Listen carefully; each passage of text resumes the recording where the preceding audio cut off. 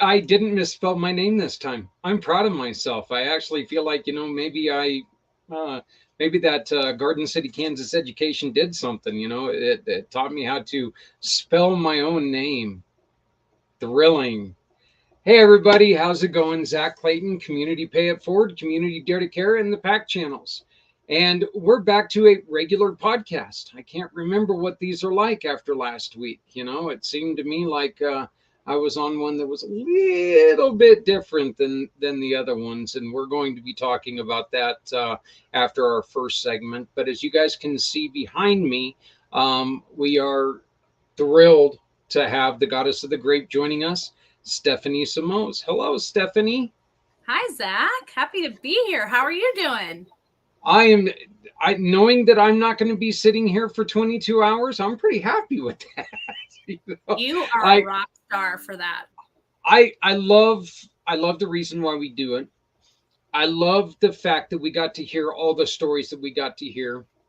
I cannot wait until we have more interaction with the people, and it grows a little bit, because you joined us very early in the morning because you were trying to get your family up and running, and it was a perfect time and doing things.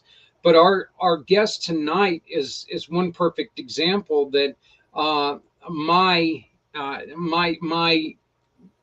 craziness, I forgot to reach out to him properly, and things got lost in the shuffle, and it's absolutely my fault on that. But I mean, I am so glad that we're back we're back at this, and we're starting with rescue residents. You introduced me to Daniel, and why don't you tell people real quick how you heard about him, and then we're going to bring him on because he's kind of in a difficult situation. So. Uh-oh. Did I freeze or did you freeze?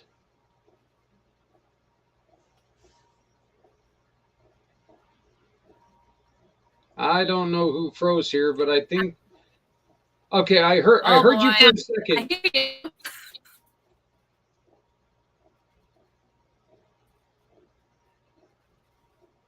Yeah, we had you come on for a second there, Stephanie. I don't know what's going on. But one of us is freezing. Am I back? You're back. Oh, okay. Well, while Stephanie is rejoining us, I'm going to go on ahead and I'm going to bring on Daniel Ballou. He is the founder of Rescue Residents. Daniel, how are you doing, my friend? I am doing good. I'm going to actually pull off to a spot so we don't go through this mountain pass and then lose all signal and lose me, the same as we kind of lost Stephanie there for a second.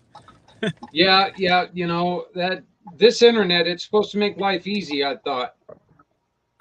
It doesn't always do that.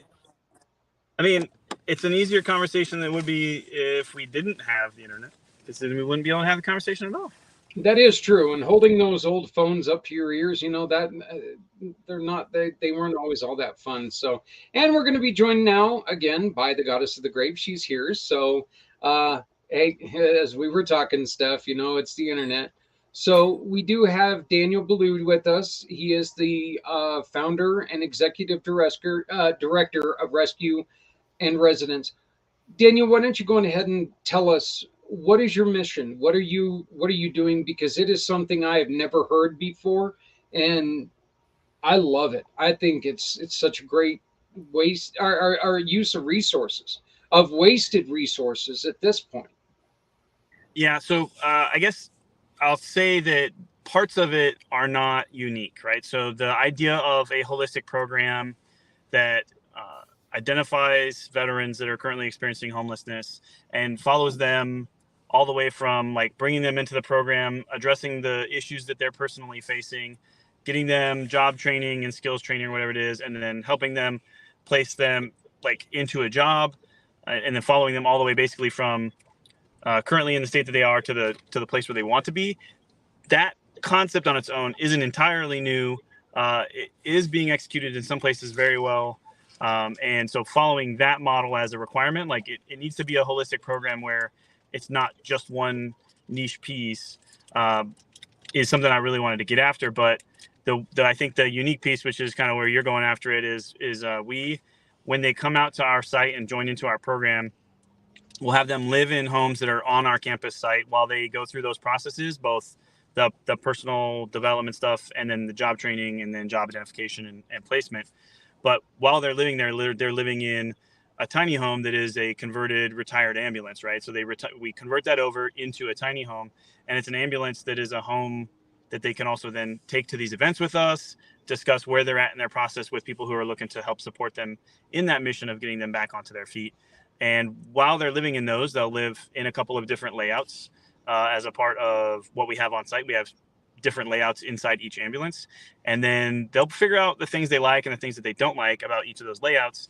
And then with our team, they'll basically design and convert over an ambulance of their own. So they'll do the work with us. They'll actually participate in the process. They'll be a really important part of building this home that becomes their only home, that they can then drive and move with their home and their new skill and that new job to a new location, and basically be able to kind of really get a fresh start in a new place and start from a place that at least provides them with a safe space that is their own, and it's something they put their own blood, sweat, and tears into, and are way more connected with that home than a lot of programs where you're kind of just placed into like a regular apartment, and the value you place on that apartment itself will only ever be as much as they just want to provide to it. But if it's something that they built with their own hands, it's a whole lot harder to not put a lot of value into that thing. So, when you and I talked a couple weeks ago, one of the things that I brought up is that come worst case scenario, when these heroes when they get their home, they're not ever going to be stuck in a situation where they don't. You're kind of helping them out with many different things at once. It's not just a place to lay their head. There's training, there's skills, there's everything involved in this. And I just want to share this because your website is one of the things that look, shock and awe is every once in a while a great thing to have. Yeah. The opening scene on your website is just shocking. It's the line of the tents with the American flag in it. And it proves one of the huge problems that we have in America. It does. And go ahead, please. Yeah, I would say it does. And so that photo is from Los Angeles, right in front of the VA center. So those tents were placed along the fence line. They were provided by the VA. They were set up so that there's at least some kind of organized setup for people to be able to stay in. And it's an older photo, so it's at least a year old, because I think it was almost actually exactly a year ago. I think it was in April of 2022. All of the tents were moved from being outside of the VA compound to inside the fence, still organized and on the grass, but inside a space where they can secure the gate and kind of make it a little bit safer for the people who are staying there, rather than being directly on the street, where there was an accident. Basically, someone came out of their tent and got hit by a car, so they wanted to make sure to kind of that's a problem they didn't want to have, so they moved them into the space. And so it's a little better, but the numbers are still pretty bad. Those numbers are from 2020. I know that the last point in time count showed that veteran homelessness has actually improved. We're down, I think, 10% from 2020 to now, so that's a significant improvement. But it's still a problem, and it's still something that needs to be worked on by organizations like mine and others. So, we're just scrolling through the first page of your website here, and we're seeing a lot of things that are just. I mean, I'm just going to go back up here to this. Yeah, that is such a wonderful picture, knowing that you were there to help somebody put this together. And this is going to solve a huge problem in someone's life. Yeah. And so to be clear on the photos on there, those are example builds. Right. So I've made really good friends with quite a few people who have done ambulance conversions. So those are photos of designs that I can I can point you to those people's pages on Instagram too. One of my favorite ones is that top one, and that's the ambulance's name is Tanya, and it's a couple that travel around, and they're really, really cool people. But their layout is one of my favorite like concepts, and it's definitely the one. Other than they have a real big focus on a lot of propane accessories, basically like their gas stove and oven, and they have their heat is done by propane. And for me, one of the things I want to try to avoid, at least with our programs mostly, is an additional expense like needing to constantly fill propane tanks. So ideally, we'll work primarily off of solar and then a larger battery bank than they have, because we would be running without as much propane. So that way, okay, I need to cook something. It's really just about finding some sunlight and letting the batteries charge. Worst case scenario, if you didn't have the money. So that's kind of one of the considerations I have, is depending on where they're going forward, I would recommend to most of our participants to not add expenses like an additional diesel heater or an additional propane heater if you don't have to, and you don't know that you'll have the means to be able to pay for additional propane tanks later. How did this begin? So I was homeless as a teenager. So I have lived experience as someone who's been homeless. And the way that you feel each day, wondering where you're either going to sleep tonight or whether or not you're going to be able to find somewhere to stay and have a good meal. And so I can connect on the homelessness side of things. And then personally being a veteran, and the conversations I've had with the VA and those who are, have been my first few interviews, parts of the struggle is it's hard for a lot of veterans too, to just straight up accept a handout and just move into a program where you're kind of being carried through everything. So that's why I think an appeal to our program is each step of the way is pretty much they're doing the work. We're just helping them get into a position where they can do all of the work necessary to get themselves back on their feet. And having that come from another veteran who can tell them, like, I understand where you're coming from, both on the homeless front and as active duty Marine for 23 years, I can understand and connect better with them than a lot of people can. And then, so that's me. And that's always been a part of me and my background, and not like it's been forefront in my mind thinking about it, but in the summer of 2021, we needed to get my son from here in Southern California to college in Pensacola, Florida.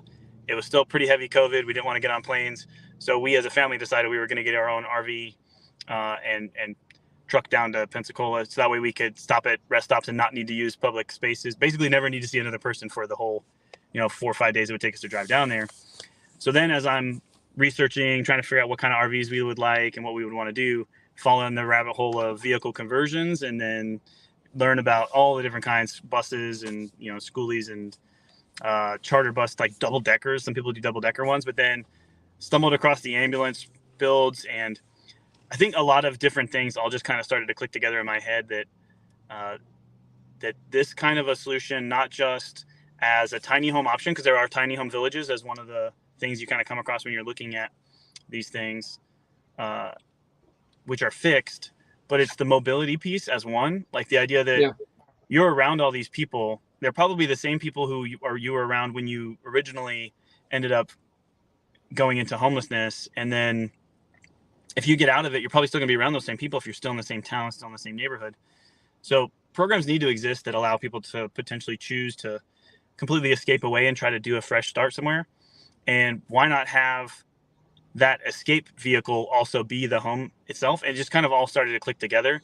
And I did a lot of marketing classes early on in my education career, and understood that a good symbolism, a good message piece as a part of it helps.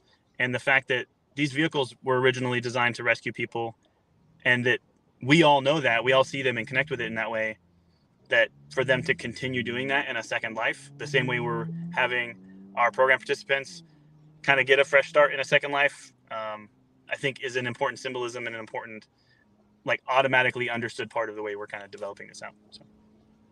Stephanie and I were honored by you introducing us to your daughter before we get started, and now we know that your other half is in the car. What is your family? What is your better half? I'm sorry. Let me do this right. I really shouldn't say that. I don't know you, but you're right. But, she's right there. You're 100% right. Yeah.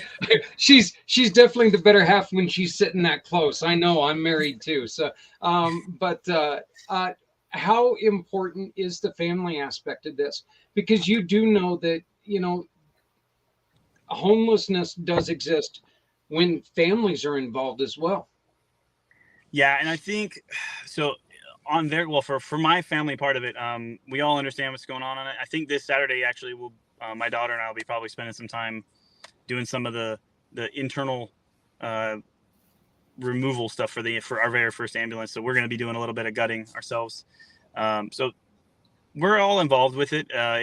It's new, and I think exploring this is kind of something we're all trying to figure out. I've never really been this significantly involved in a nonprofit or done anything like this, so it's definitely a new adventure for everybody. But for those veterans that are experiencing homelessness with their family at the same time, unfortunately, our program probably might not be a good fit early on, at least. Like if you have 4 kids or 3 kids, like living inside of Yeah. 110, 112 square feet, just it's probably not a good solution. We did kind of discuss on the last board meeting some options for either tow behind trailer sections that could add some extra bed space. So then you kind of make the ambulance portion living room only and kitchen only or whatever, and then have enough bed space in like something that you could tow. Because most of these vehicles, the ambulances that are towing that have the ambulance built on it, can also have additional tow capacity. So you could still tow like a second trailer that could be the bed space. I'm not sure how much we need to kind of look at our demographics and figure out if that's a target audience that is really in need of what it is we're providing, or are we pairing them with another program that's a better fit. And that's kind of where right now for sure we're going to go, is try to pair them with a program that will really take care of them. Because unlike I think what a target for ours is, they have a built-in internal support system. So when they do get into an apartment and start getting placed into a training and into a job, their family is there to help support them and help them succeed in that, where someone who's kind of working through this on their own may only have people around them who aren't supporting them, aren't really taking care of them, or maybe pulling them back down. You still, you're still proudly serving our country. And what are some of the reactions that you're getting from some of your fellow service people?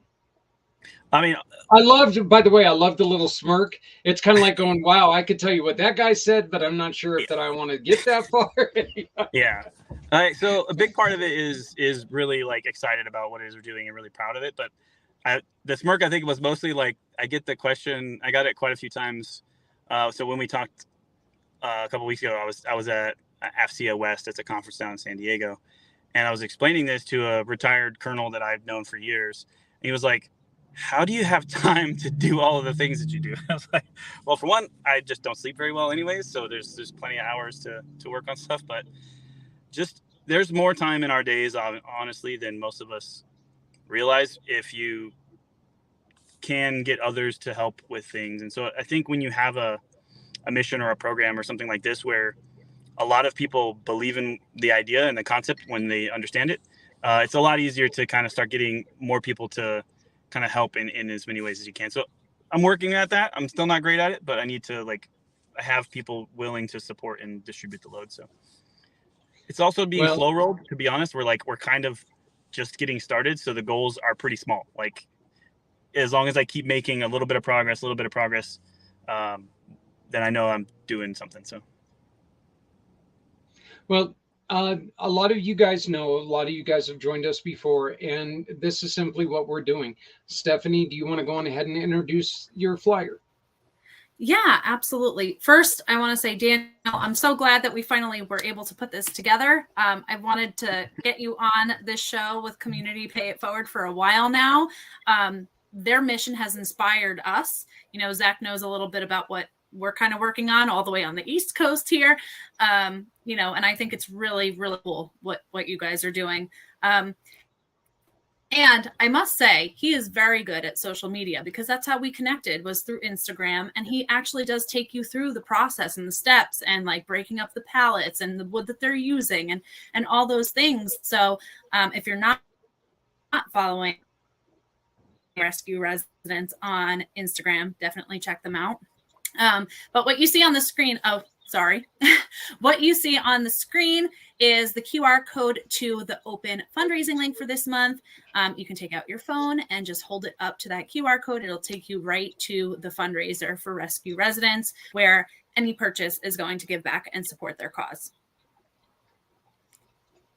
Well, I know that Daniel, like when Stephanie first told me about what you guys were doing, I was like going, that's crazy. I don't understand how it was doing. Then I saw you a little bit about, and then I talked to you and I was like, I love the fact that you're so driven to do this. And I appreciate everything that, that you personally put into this. And the reason I asked the question about the family is I know that and Stephanie knows as well, when you're able to get your kids involved with doing this, when I had my kids and they went out and we would give away free clothing and stuff to people who needed it always made you feel good that you were doing it, but it made you feel 10 times better watching your child get involved with it, watching your, the other people around you getting involved with what you're doing. And so I know that I congratulate you on everything that you're doing.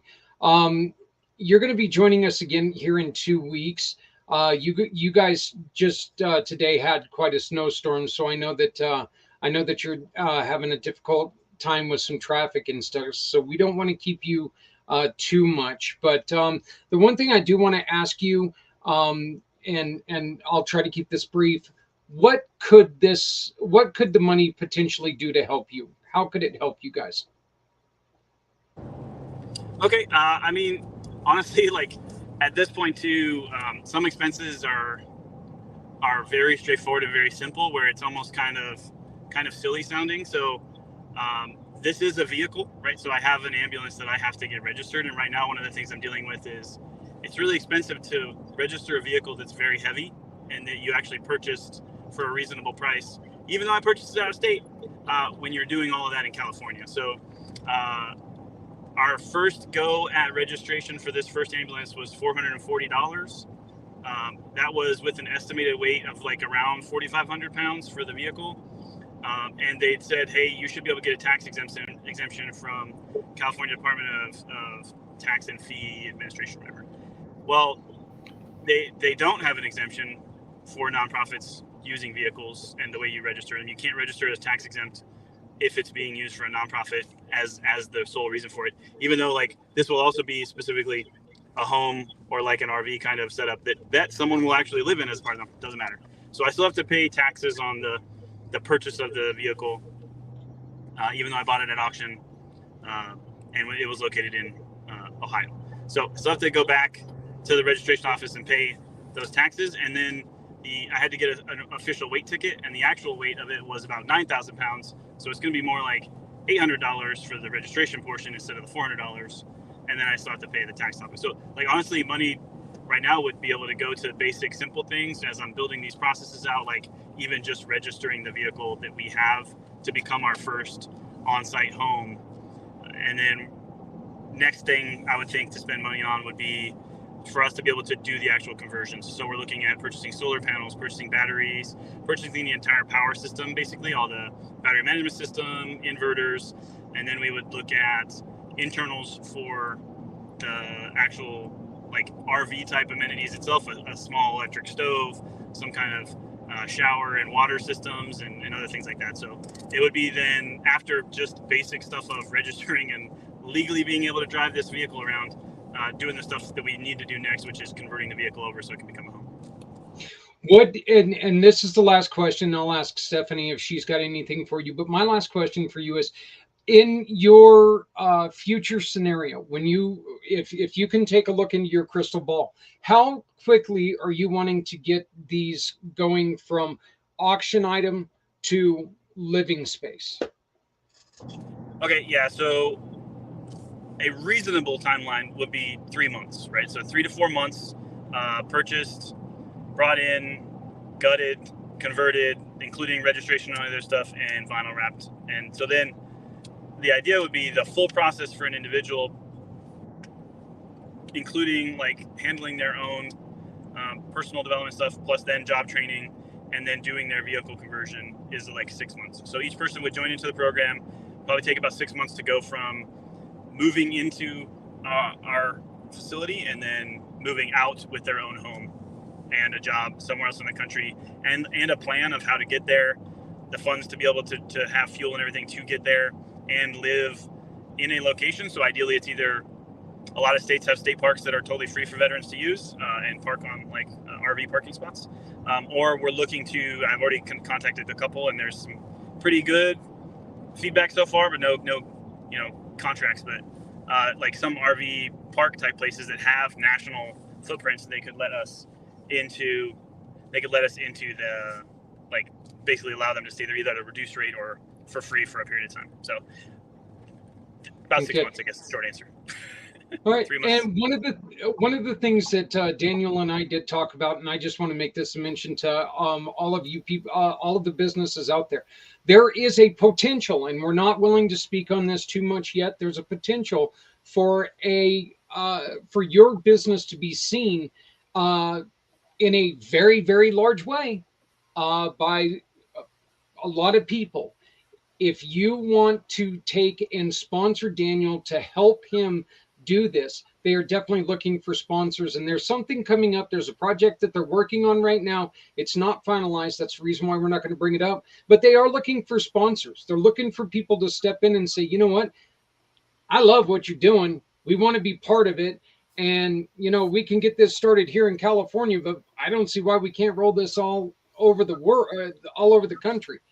So if you guys need me to make an introduction to Daniel, or of course, the goddess of the grape, Stephanie, she can also introduce you to this wonderful man. And you guys can talk a little bit further and probably a lot less vague than what I just did. But I just wanted to give you the little bit of, there is a need, and this need is going to be pretty darn cool. So... I love that.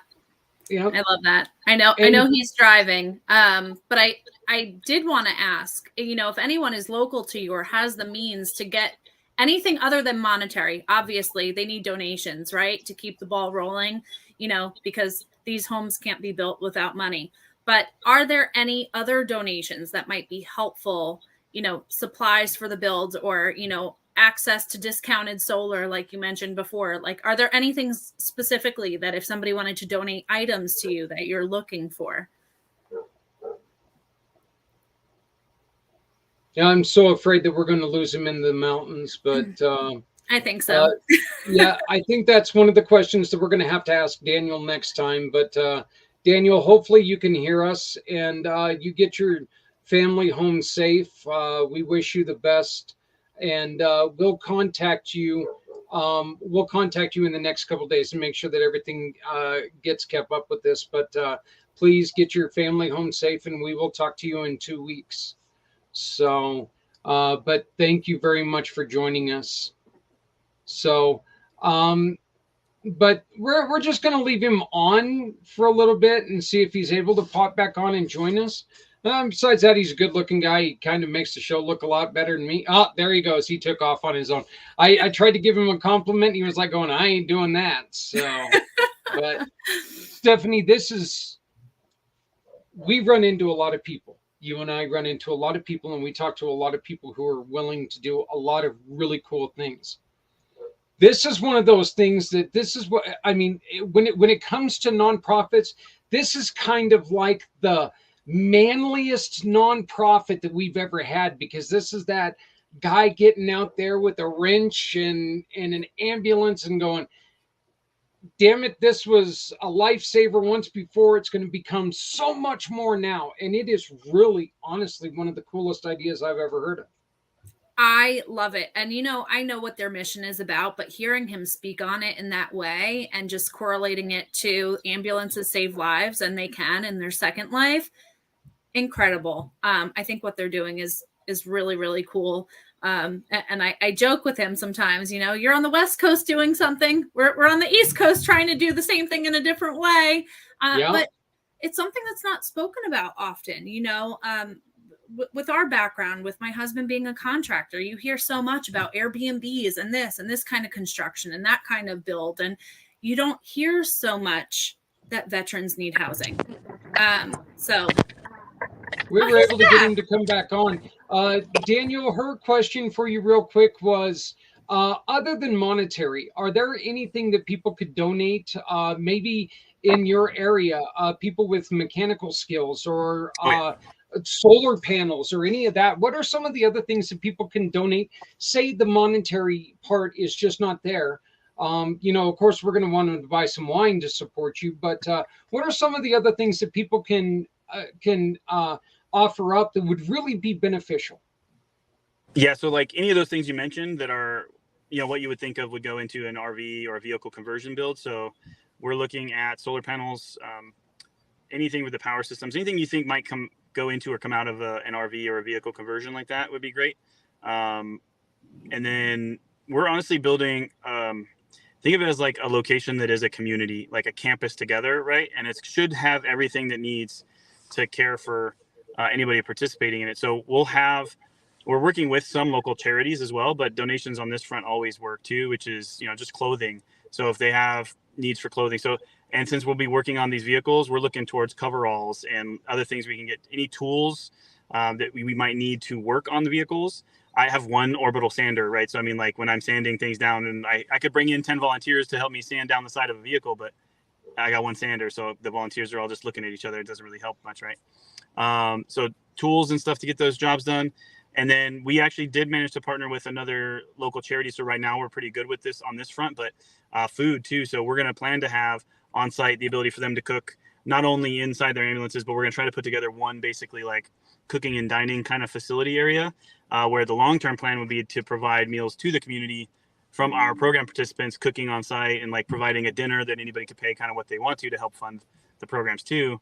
And so honestly, like donated food that is non-perishables and things like that can help us get this stuff up and going. We will definitely start getting a list built for you. Thank you very much for pulling over and joining us again. And Daniel and I have been talking. Hopefully, we're going to be adding him to the community pay it forward list here very, very soon, so we can be helping him there as well. But yeah, where are you guys at in California, just so people can.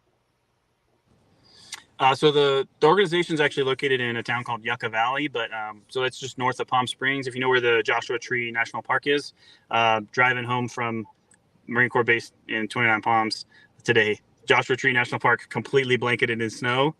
Definitely an interesting look, not a thing that I'm used to seeing. You see all the desert rock plus like the cactus tree type things, the Joshua trees. It was definitely an interesting look today, but it's a beautiful area.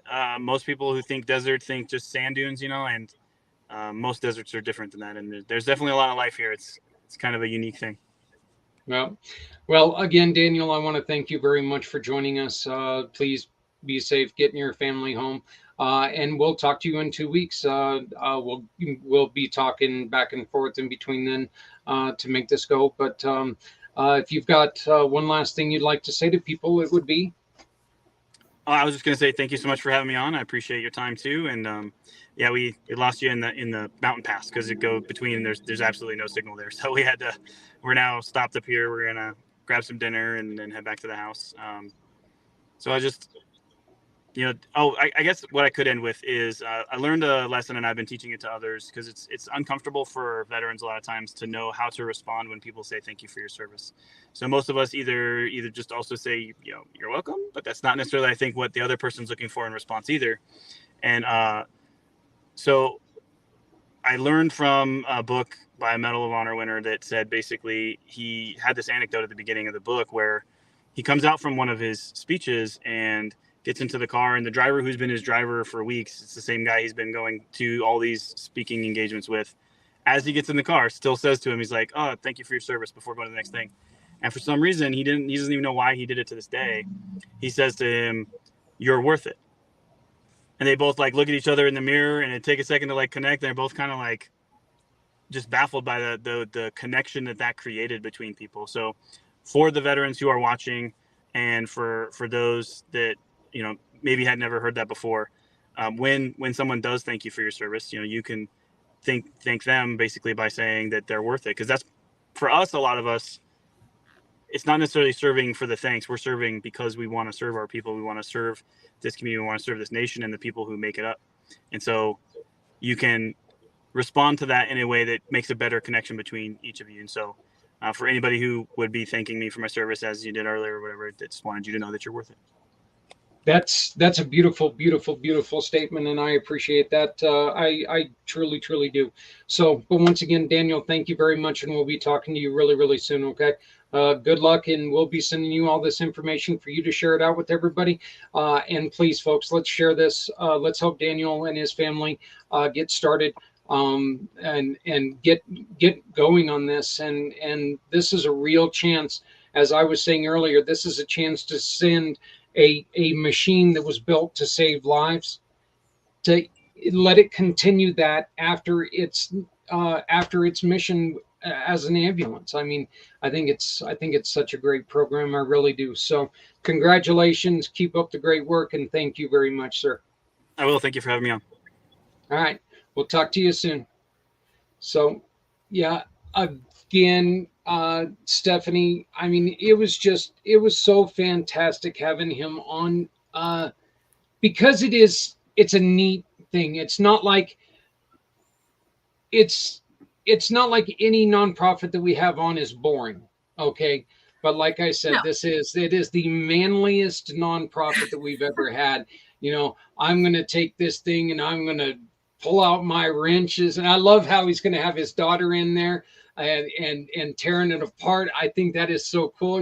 It's like, get the family involved. But, I mean, you think of somebody taking and there was an old TV show called Monster House. I don't know if you ever watched that, but they took a dream of yours and they turned your house into that dream.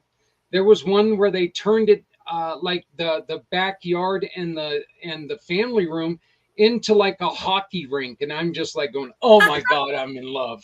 So, they had this big old barbecue in the back with a raising TV and all this stuff. So, but this is kind of that same idea with what he's doing. He's putting his passion for people who are going through a really tough time, and he's not just talking, he's doing something about it.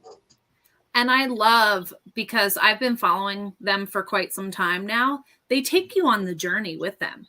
You knew when they were going to pick up that ambulance. You were on the journey with them. You saw their ETA, their arrival time, the anticipation to getting there, and they traveled across the country into Ohio from California to go pick that thing up. It's, it was incredible to watch, and then bringing it back and seeing, step by step, all the things. So definitely, if you're not yet,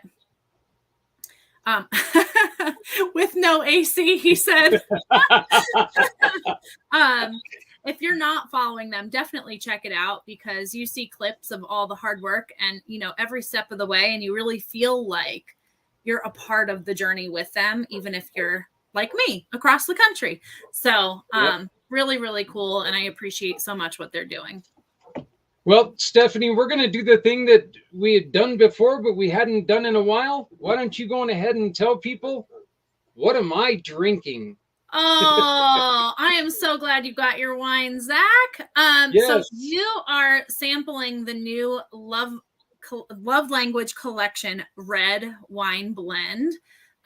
It tends to be, I would say, in our portfolio right now, it is on the sweeter side of our reds.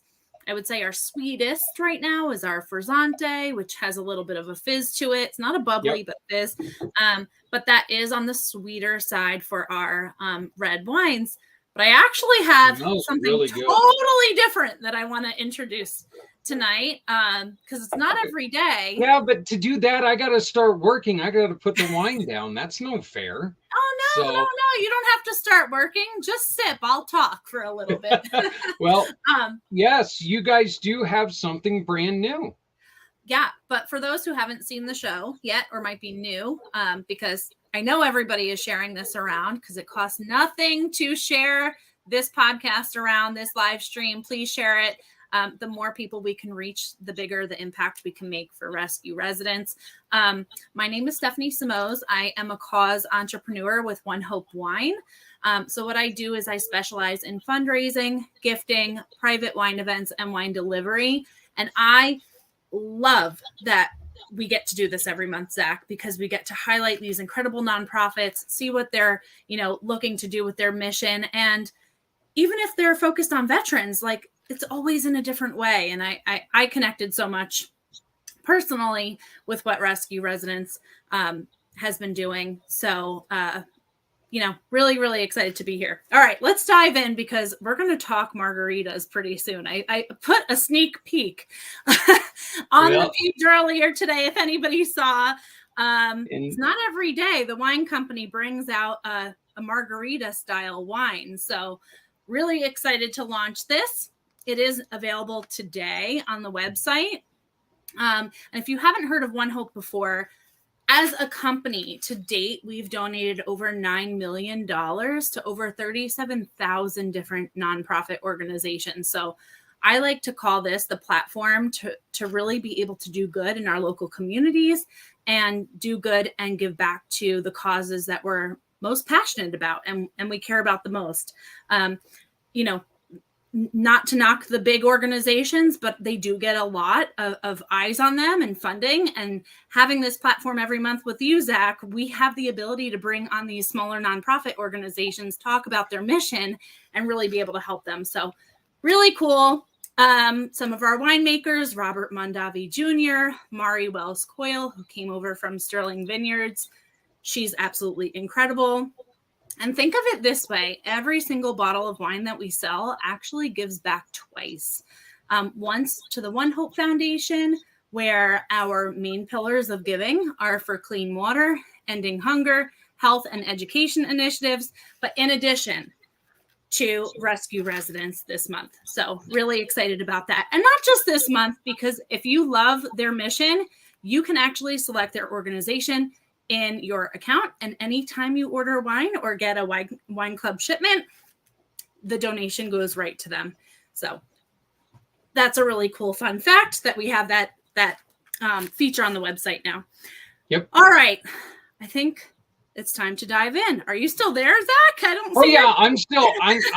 I'm just looking at the strawberries, and I kind of take offense to the whole big guys thing. I'm a big guy. I'm just. I just weigh a lot. That's not what I mean. Not really a big guy. I just weigh a lot. That have more eyes on them, and have the ability to get featured in different ways, and have the money for that kind of marketing.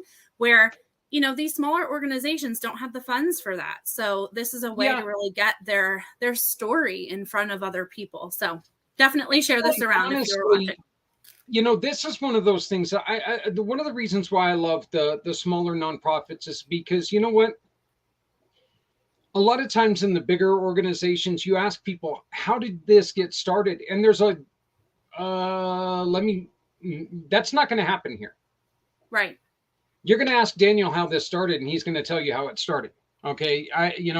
We're lucky enough to be able to tell his story and tell people what they do. And then we're hoping that 2 or 3 other people tell what they heard here today. And then 2 and 3 more will tell them, just on and on and on. And there's no reason why something like, there's no reason why this should not be huge, because this is something that, like I said, the simplistic idea with a huge benefit to everyone. And, this truly proves that, if you're not helping someone, you're hurting everyone. What he's doing, by helping one person at a time with a home, he's helping tons of people by teaching, by skills, and let's be honest, by getting people off the streets. He made mention that they had to move them inside the gate because somebody got hit by a car. This is getting them even more of a rescue from that. This is getting them into their own little piece of heaven. Let's be honest here. Right. Right. This is a home for them, and I love it.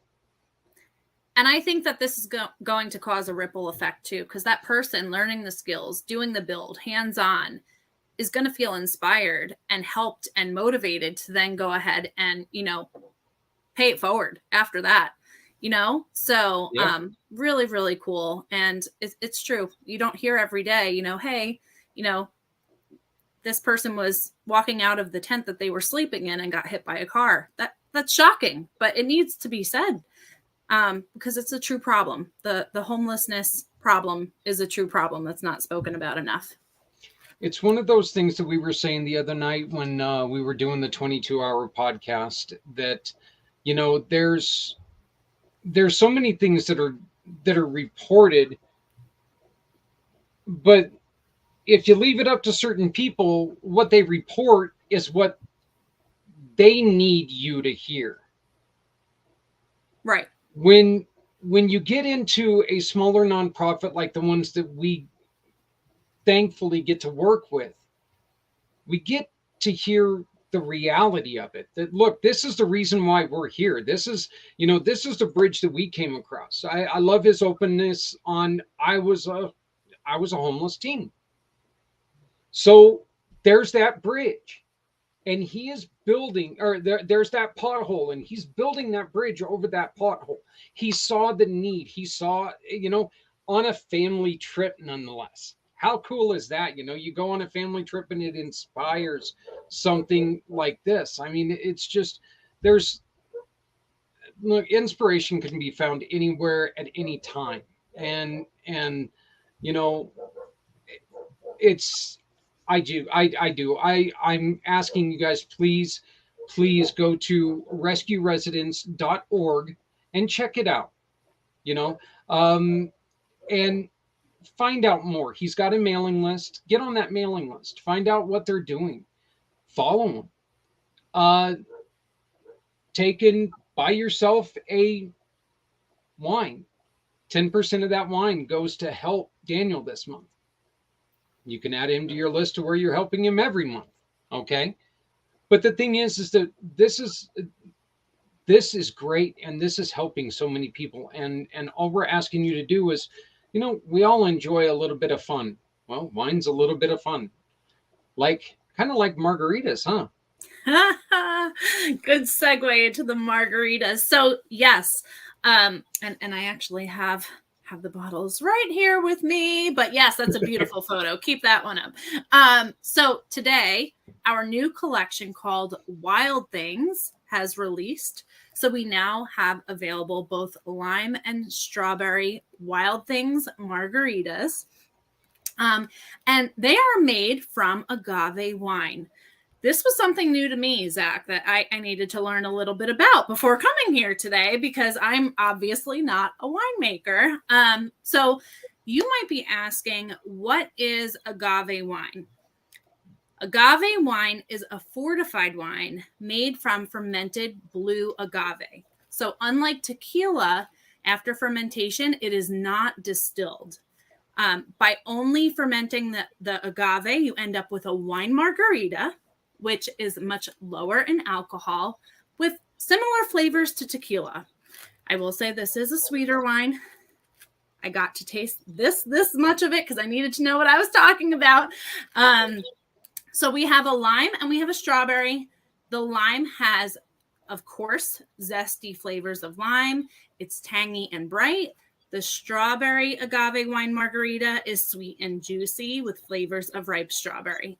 I got to sip just a tiny bit of the strawberry one. It is sweet. It is delicious. And it's so easy. How can you drink it? It's really simple. You can just pour it over some ice. Simple as that. Pour it over some ice. You can pop it in the fridge first. Make sure it's chilled, but super simple. You can also make it a spritz. You can add bubbly, such as our Vintner Collection Sparkling Brut, which I love so much. You've tried that bubbly before, Zach, right? Oh, yeah. Yeah. And you can make it a spritz that way. And you can also rim the glass with salt or sugar, and you're ready to go. So both of the wines are made of 100% blue agave, and they are gluten-free. So I wanted to highlight that too, because I thought that was really cool. I know those photos are beautiful, right? Much easier for you to see than me holding up the bottle here. I love that crushing board. That's really that's a great effect on there. Some people though can't drink hard liquor.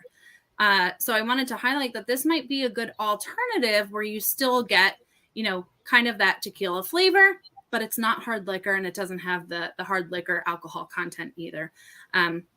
As I said, these wines are sweet. So if you're new to wine, or if you're normally a cocktail drinker, this might be a good fit for you. And a good introduction to One Hope. I love that they did something a little bit different with this new release. It's kind of exciting. Definitely check it out. What you can do, and I know Zach has another photo here in just a second, is you can add just one into a box, mix and match your box of your choice. You can go with, a mixed pack just of the margaritas mixed with lime and strawberry, or you can do the spritz mixed pack, which is what's shown here. And of course, as always, for 6 or 12 bottles, the more you purchase, the bigger the discount, the bigger the donation to rescue residents. And just to put it into perspective, you guys, for every case of wine that we sell, a minimum donation of $24 is being made. And with my additional donation, every approximately 2 cases is, a nice big donation. Every 2 cases, I'm donating another $25, to the organization. So we can really make a big impact this way. Stock your fridges for the warmer weather coming. I know I keep saying that, Zach, and he was just talking about snow in California. But I do know that Daniel and some of those board members do enjoy sweet wine. So I think that this is going to be a really great selection for them to sample next. I do think it is kind of hard to tell people, summer's coming when it's snowing in California. I think that it's kind of hard to convince them of that. It's like, hey, look, we're right around the corner from, 80-degree days, 100-degree days where everybody's going to be, but it snowed in California today. And it's like, oh, wait a minute. No, that doesn't sound right. There's no mixing involved in these, is there? It's just you open, chill, consume. Yep. There's no mixing at all. You don't have to, you don't have to shake anything up, mix anything up. You can add some bubbly to it if you would like, or you could just pour it over ice and sip, and it's good to go just the way it is. I think I'm going to go ahead and Daniel's sitting there. Looks like they might be at Sonic, but I'm going to add him back on. Daniel, have you ever tried a tequila or margarita wine? No. So we were just talking about these wines because I was basically just describing everything Stephanie just said. Now we have so there's a little ice cream place and a burger shop next to each other. They're like mom and pop shops here in Morongo, and we stopped here. That's where we stopped at earlier. So we were ordering some food and some ice cream. So I got a little milkshake. Hey, you know what? You've got me right there. I mean, I keep trying to fight to make it to where Dairy Queen becomes one of the essential food items, and I keep getting fought every day, so, but I don't know why they do that. But so you've never, I've never even heard of now, last New Year's, I had a lady who somehow, and look, if I still drank all the time, I could understand why she convinced me to buy this, but she convinced me to buy a chocolate wine. How was it?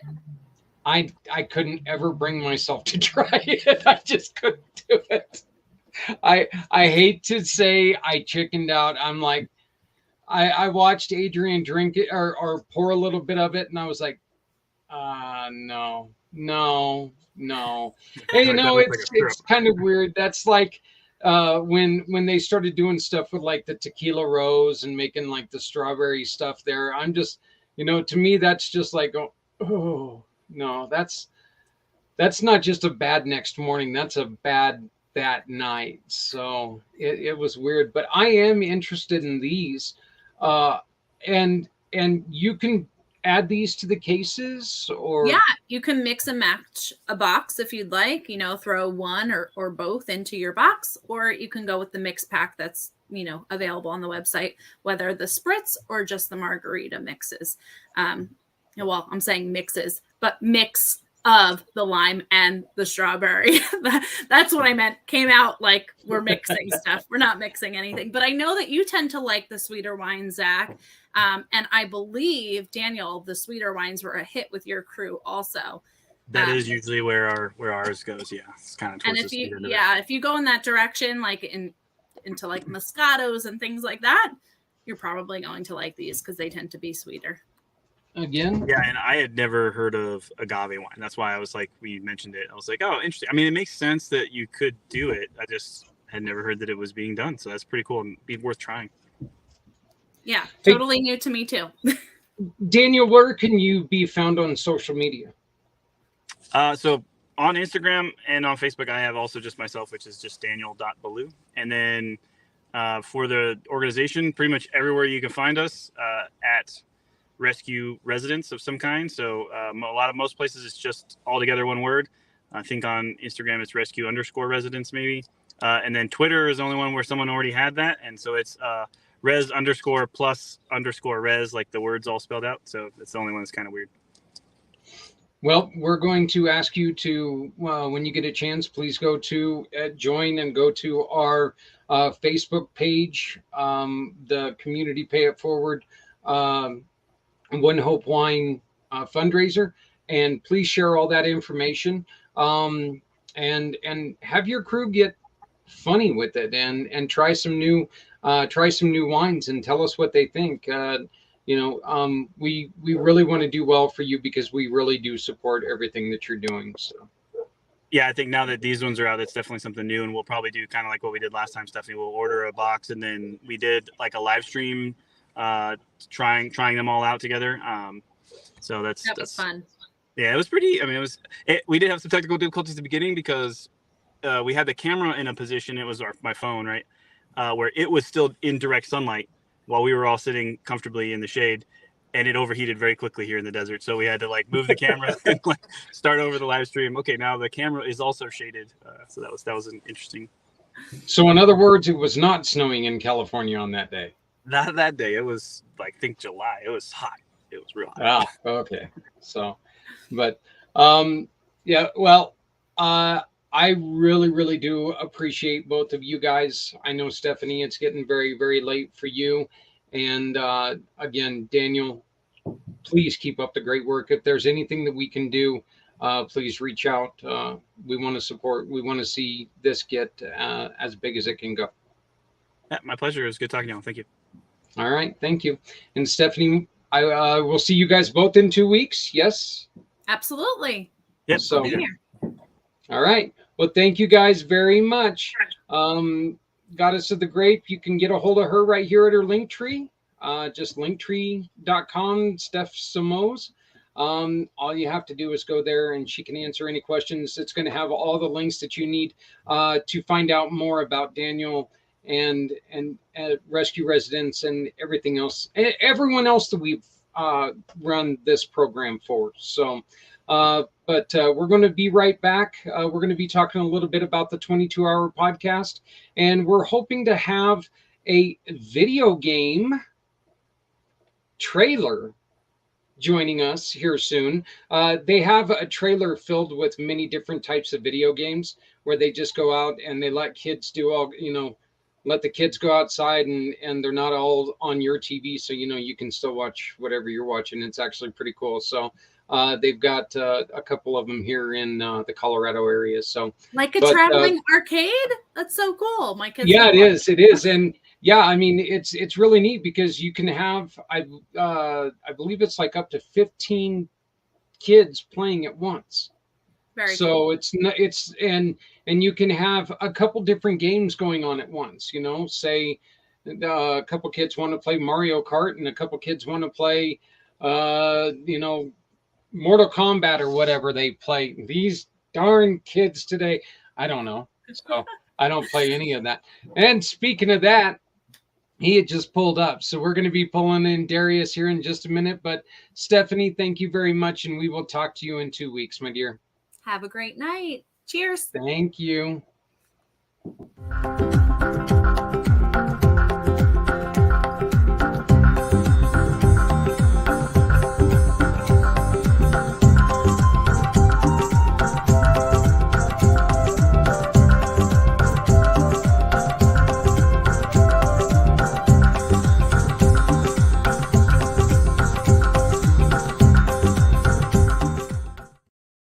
So I'm being joined now by Darius Mosley of NoCo Mobile Gaming. How are you doing, my friend? Long What time no see. what's going on, Zach? How are you? I'm doing well. Well, doing good. I'm just we just got done talking about a wonderful nonprofit called Rescue Residents, where they're turning ambulances into tiny homes for people out in California. It's a really neat idea. I think, and one of the reasons why I'm really glad that we were able to bring you in on this is because they were talking about how, for a bigger family, what they could do is connect maybe a trailer to just give them a little bit of extra room or something. And that the reason that kind of mixes is because that's right down your alley. You've done something very unique with the trailer yourself, haven't you? I have. I've done something entertaining, I would say, with the trailer. Yes. Who I am Darius Mosley. I am owner of NoCo Mobile Gaming, which is a entertainment service where mobile games is a 16-foot trailer, and it has 3 TVs on the inside, 3 TVs on the outside, and all console gaming that you can think of. We have a Wii U, a Nintendo Wii, PlayStation 5, PlayStation 4, Nintendo Switches, and we are gaming party entertainment. We come to your house, we park outside, and everybody that loves games or is having a party that day gets inside. We all play together, and we blast music, and we have a good time, and we dance, and we play games. And man, it's been a great experience. We've been doing it since 2019, and let me tell you, when I got into this, I didn't think it was going to be this fun, but it's been probably one of the greatest experiences of my life. This is a program that's run by you and your lovely bride, and you guys, um there's just no end to what you guys can do. Correct. We've done festivals. We've done Father's Day parties. We were in Firestone for their Halloween thing. We did 4th of July. It being mobile is very useful. We can go anywhere, pretty much anywhere. Not everywhere. There's places you can't get trailers, but yeah, it's very, very well suited for on-the-go entertainment. And you guys have over 150 games to choose from. What are Yeah, some of your most uh popular games? I would say the number one most popular games for a party setting with people playing together would be Gang Beasts right now. Gang Beasts is a game where there's these little guys and they're kind of weird shaped, and they move in weird directions, and they're kind of floppy, and they just kind of rustle each other up and throw each other around. The kids love it. It's been on 1 screen to 2 screens at every single party. And sometimes there are even kids that are waiting to play that game. So we probably got to get a couple more copies for the trailer. There's is there a game, and I don't mean to throw you under the bus like this, but is there a game that people ask for and you're going like, oh God, not again? Well, with today's current climate, we used to have Grand Theft Auto on the truck. We have since pulled that down because we don't think that's appropriate. So there's times where people will request that. And just because of the climate right now, we are not offering that game. I personally think that's great. I really do. I know that both of my kids at one point in time they played that game, and you know, it's not my thing, Right. and I never really liked it all that much. But I like the way that there's too much risk in that, isn't there? Well, we pride ourselves on being a family entertainment company, you know, and I'm not knocking the people that like it. You like what Yeah, you play, what you play, and but for right now as a business, we don't think it's appropriate. right. Um, Darius, you are working on you would like to someday have a little bit of a stronger impact with youth in Denver.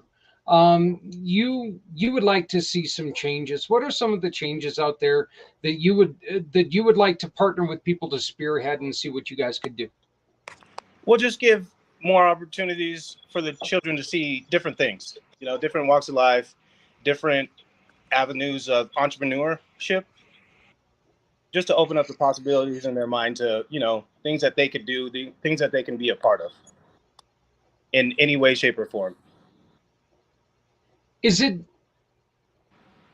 kind of at a point where kids are just not given all of the information? Is there something that we can do to help make them more aware of what's out there? Because there's a lot of things. One of the things I hear from people all the time, and it drives me crazy, is that we have it's today's society. It's the way that the kids are today. We're not open and honest with kids all the time, are we? Huh. I myself see the children that play in the trailer, and from my perspective, I think the younger generation is doing awesome. I think they have great attitudes, they have great manners and respect. As far as the troubled kids, I would look towards the community leaders that are actually in the organizations reaching out to people in need and ask that question. I don't think I would be a good person to express my opinion on that because I'm not connected. That would just be my outside thought of what I think could fix or what I think could work. But if you wanted an honest and true answer, I think we would connect with some community leaders that are actually in the epicenter of what's going on and ask them what help could we give to them in order to support their cause. What is one thing that you would like to see people do every day that might be able to change the life of at least one child? Change the life of at least one child? Yeah, what is something that's very simple that somebody could do in your eyes that could really make a difference for a child? What's like one thing that they could do that would be simple? Be simple. Let's see. Have a conversation with somebody you would not normally have a conversation with. Of course, always keep yourself safe, but go outside of your comfort zone. Experience different things that you wouldn't experience before, so you have that knowledge of wealth to give the children a different perspective. Because I think life is all about perspective, and the more experiences you have, that's wealth to me. Our guest from the hour prior to you coming on would like to know if you ever have any plans to franchise, because that would be amazing. If I was to franchise, I think my idea behind it would be youth focused. It's entertainment, but I would like to use that as a youth focused thing to help the youth in any way we can through gaming. One of the things that you can focus on that you guys do here in Northern Colorado is that you have been very involved with going out to family or to fundraising functions. This is a great way to get the younger generation to say, hey, Mom, let's stop and see what that's about, and maybe get the parents involved a little bit. But it's also a great way to get the families to interact together instead of, Dad's going to go over here, Mom's going to go over here, kids are going to run over there. This is something that you guys can all do together. Absolutely. In our experience, some of the funnest times that families have had together is when auntie, moms, everybody's playing games at the same time. It's always a good time. The expression on the kid's face, I remember one time, the parents were out there dancing and playing Guitar Hero, and the kids come out and they're like, what? I didn't know. Like, oh, yeah. Mom and Dad used to get down back in the day. Yeah. Yeah, I'm afraid that my kids, if they would see me going towards Guitar Hero, they know what kind of music I'd listen to. And they're like going, Dad, that stuff is not for outdoor, not for a civil society. So just put it away and let's go do something else. So, but what are some of the best reactions that you get to this from the parents? The parents, it's I don't want to say it's a new concept because we've been around since 2009, but it's still kind of misunderstood. So when we pull up, the best reaction from parents is that we are professionals. We are here to, to service you professionally. So I think some of the greatest reactions we've had is at the end of parties. Parents are like, "This is awesome. I didn't even know anything about this beforehand." And we've had a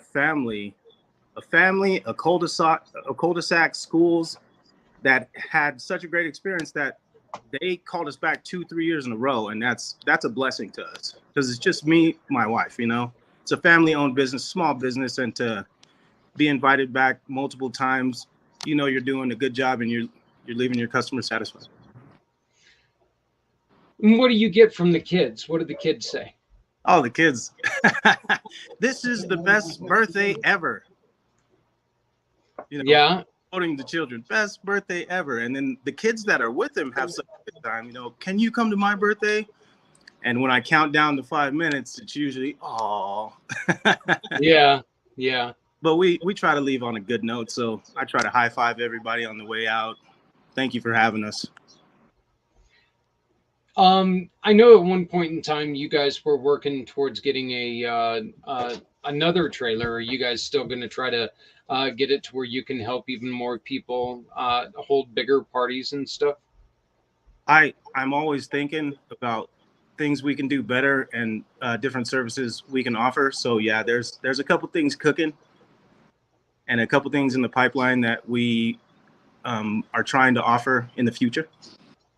I'll give you a mobile laser tag is something we're looking at because I feel like video games are specific. There's a certain group of people that don't like video games. It's a niche market, but everybody loves laser tag. I mean, you could have grandma out there playing laser tag. We've messed around with it a little bit and we got a really good reaction from it. So we're trying to set it up to our standards because we usually have pretty high standards on things. So we want it to be just as good or better than the game truck itself.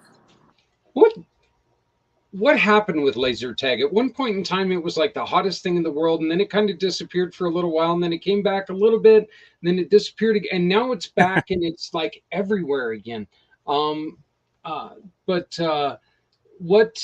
Yeah, here we go. Daniel's saying if you're interested in escaping Colorado winter, come and see him for Rescue to Residents in SoCal. He'd love to have you out there for a fundraiser out there. So help them build some ambulance or homes out of ambulances. So awesome. Dad, tell you that there are tons of game trucks in your area.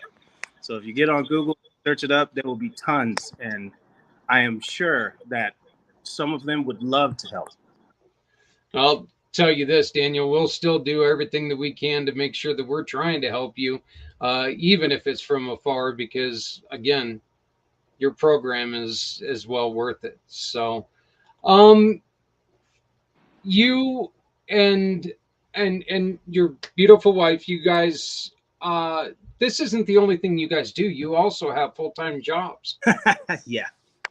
So, yeah, we do. My wife she works for Northwestern Mutual and she's a financial advisor. And myself, I work for Occidental Petroleum. So yeah, we have full-time jobs on top of this. And 2 young children. yeah. Yep. It's no longer just Justice. No, Justin, new baby Zaire, which is 6 months. Wow. That's amazing. Congratulations on that. Thank you. Are you looking to where this is going to be your thing? This is what you're going to do for a living? Is that what you want to build this up to be? Or are you okay with it being just a side gig? I'd like to build it up. Currently, I'm in the process of trying to figure out the W-2 employee position and how taxes and everything work. So, I'm an entrepreneur on the weekends. I try to learn as much as I can, and I'm growing slowly but surely. So that's one of the things I want to implement, be able to, because I think this is a great job for a teenager, learn a little bit of entrepreneurship, learn some skills, learn how to interact with a crowd. So I'm trying to figure that out right now and trying to to implement the W-2 position to somebody. Well, let me ask you this: what interacting with the crowd, what are some of the skills that somebody would have to do this job? I mean, obviously there would have to be patience. Yeah, an absolute must is you would have to love children. Absolutely love children. Growing up, my mother always had children around. She ran a daycare, so I'm used to it. I have my children. Children are just awesome, man. They make you remember the good times when you were growing up, and they bring back memories, and it's amazing.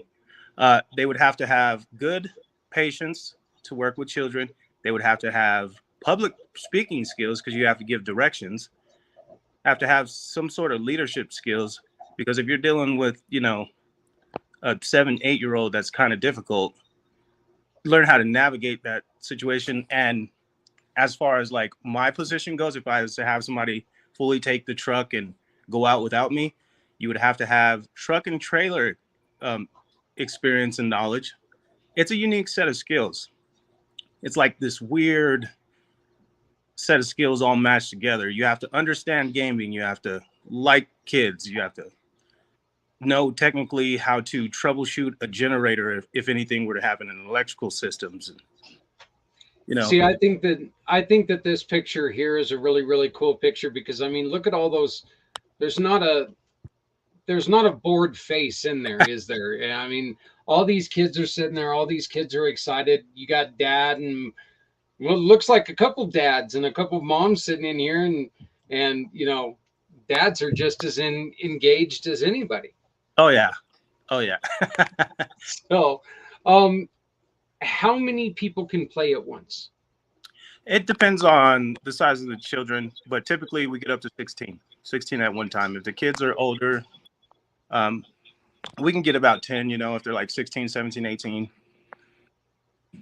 But we have handheld units as well. So we have 5 different screens, which you can fit 4 players on each screen.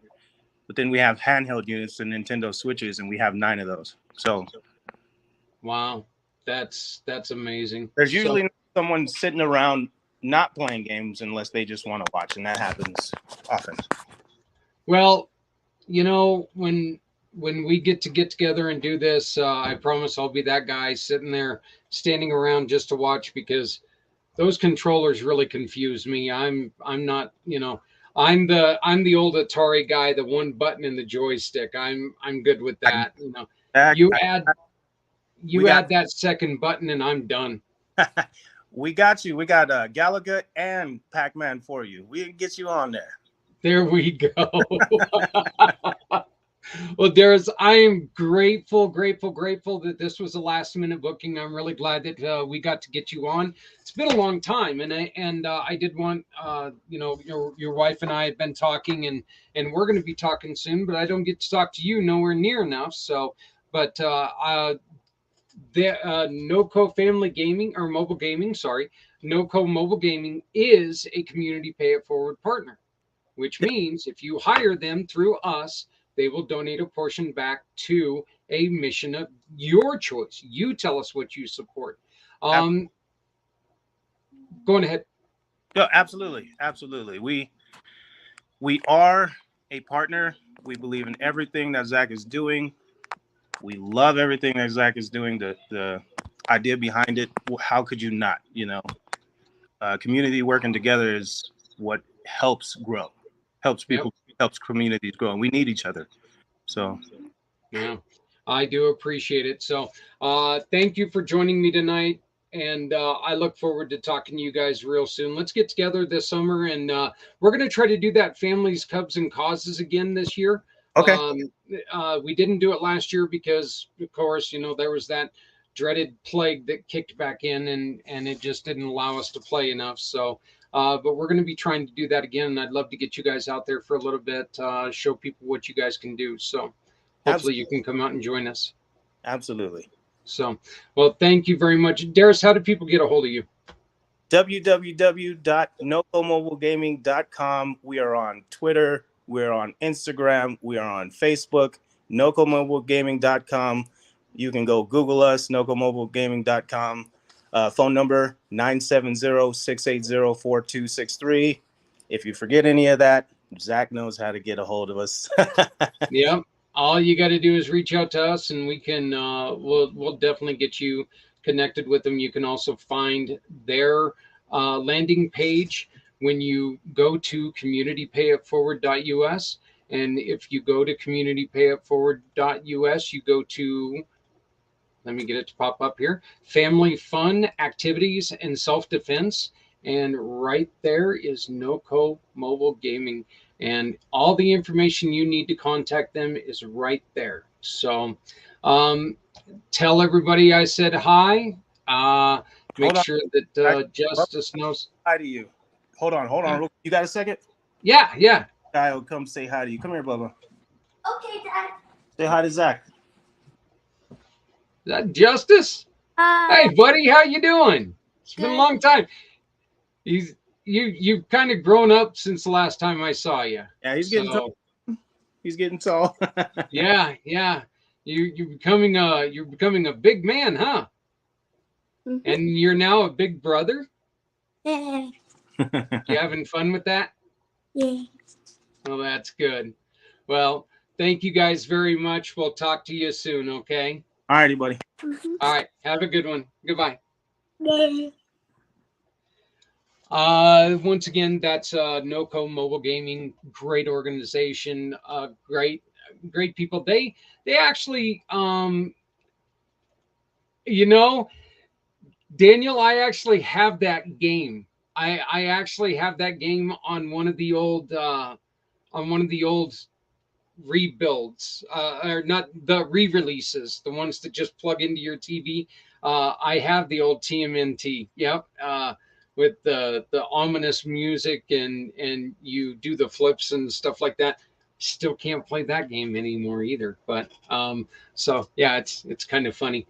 But yeah, definitely check out NOCO Mobile Gaming. Once again, they are a great partner. They do a lot of things to try to help us out. Oh yeah, I love the one-up arcade cabinets too. I'm a Golden Tee guy. I love Golden Tee. I would play that forever if I had it. So that's the reason my wife won't let me have one. It's because I will play it forever. So I want to thank Darius for joining us, and please make sure that you go and check him out. All you got to do is hire him, and you can support wonderful, wonderful programs. And please remember right now, for the month of March, Rescue Residents is they're our mission of the month. And please do us a favor, go back and share this, because the information that the project that they're doing here is it's fascinating. Okay, we talked last Wednesday, as many of you guys joined us, and you guys participated and saw there is a lot of problems out there, and people who are saying, well, yeah, there's problems out there, but you're not, they're not doing anything about it, not really helping that problem. So when you get people like Daniel out there who is taking, what I mean, if you want to look at it when it comes to the waste that's going on in the world, he's taking something that's going to potentially just be scrapped, landfill, whatever, and he's turning it into a functional home, giving skills and allowing individuals to take and add themselves to it. It's not just, this isn't a cookie cutter thing. Okay. This isn't a cookie cutter thing. You get in there, you get to deal with this. You get to put it together on your own. And once again, they are looking for, they're looking for sponsors to come and join them on a potential project. And if you want to get a hold of them, please contact us. You can get a hold of me using my card right here. And all you got to do is get a hold of us, and I'll hook you up with Daniel, and you guys can talk about it. I'm not going to share anything with you right now because it's his deal, and I'm excited for him. I do know that. So, and I really hope that it gets going. I wanted to again, this was brought up, and this is something that we were talking about last Monday.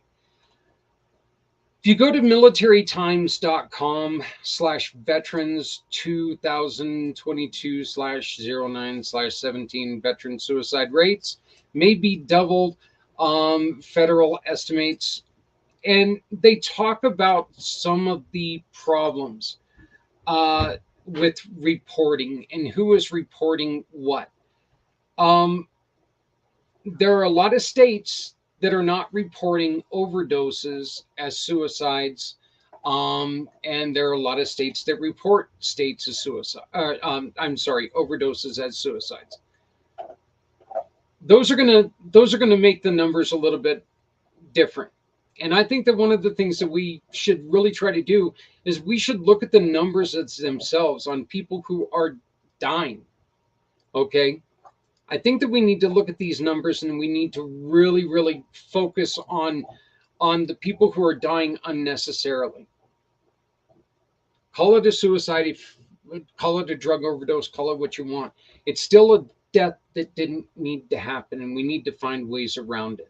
I do recommend you go to this, and I'm going to go ahead and I'm going to pop off here real quick, and I'm going to put this in the chat. So it's hyperlinked for you to take a look at right there. But look at this story, and maybe it'll kind of clear a couple things up. Okay, we did have during and this is the point I brought up last week. During the State of the Union address, our president made mention that we were losing 18 a day. I'm sorry, that's not the correct number. This kind of explains why there's such a disparity in number. And I think personally that if we don't come to a place where we can all talk about the same number, it's going to have people looking at us like we don't know what we're talking about.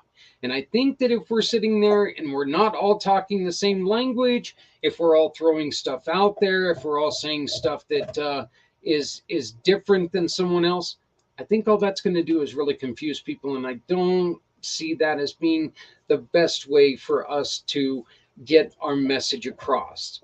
Yeah, and Daniel, that's the number that we were reporting is 44. We were seeing statistics that were going anywhere from 44 to 47 a day. So, yeah. Oh, no, I'm not going to do a 44-hour live stream. No. And, maybe that, then again, I am trying to raise money for this. That would be one way to get people to donate, is to shut me up. So, whatever. I couldn't sit here for 44 hours. I've got to sand down my sand down my floor. I've now got this get an extra host. Other people think I'm nuts. I'm not sure how much they would like to do this, but I've now got divots in my floor, and I've got a concrete floor from sitting here for 22 hours. We do want to let you guys know that there is some news coming up with Community Mission to Rescue 22. We are going to be doing some additional stuff with it because, well, you're more than welcome to join us, Daniel. And I definitely appreciate that. I would love to have you on next February for the 22nd, February 22nd. But the one thing, there we go. Firewatch around the clock. Hey, this is almost sounding like it's going to be a plan. We'll end up doing a huge telethon here. So, who knows? We may be onto something here, guys. But the one thing that I have the biggest fear about, okay, my biggest fear is that we did a great thing together on the 22nd. You guys participated. You guys joined us. We talked to some great people. We heard some horrible, horrible, horrible stories. We talked to one lady who was the one who went, and she found her best friend in the world just about an hour and a half after she had shot herself. We listened to this story, and it was very, very tragic, and it was hard to listen to. But the truth is that those stories need to keep being told. I'm working with a group of people, and we are going to take Community Mission to Rescue 22 is going to become a weekly show because we started doing something good. But if we stop doing something good, what good are we doing? We need to ride this wave to save people's lives. Okay? Suicide is not just a veteran thing, and we realize this. It's not just a hero thing. In 2018, 2020, the report I had where there were 81 people in general, all over 81 people a day that were taking their lives. Now, if you want something that's potentially good news, in 2018, that number was 125. So it did go down, okay? Here's the problem. Something happened in 2020. We all know what it was. And we all are very well aware of what happened with the numbers. We know that there were a lot more suicides, 2022, through 2022. It doesn't matter if the number is 1. It doesn't matter if the number is 44. It doesn't matter if the number is 82, whatever. To the people who lost somebody, those numbers are insignificant. What matters is we need to work together to make sure that we can start this conversation. I say this a lot, and I know I'm annoying the hell out of a lot of you, okay? And I'm sorry about that. But the truth is that if we're sitting there and we're talking to somebody and we leave them alone, we say, you know what? I'm sorry, I got to go, and their problem's not out in the open, you may never see that person again.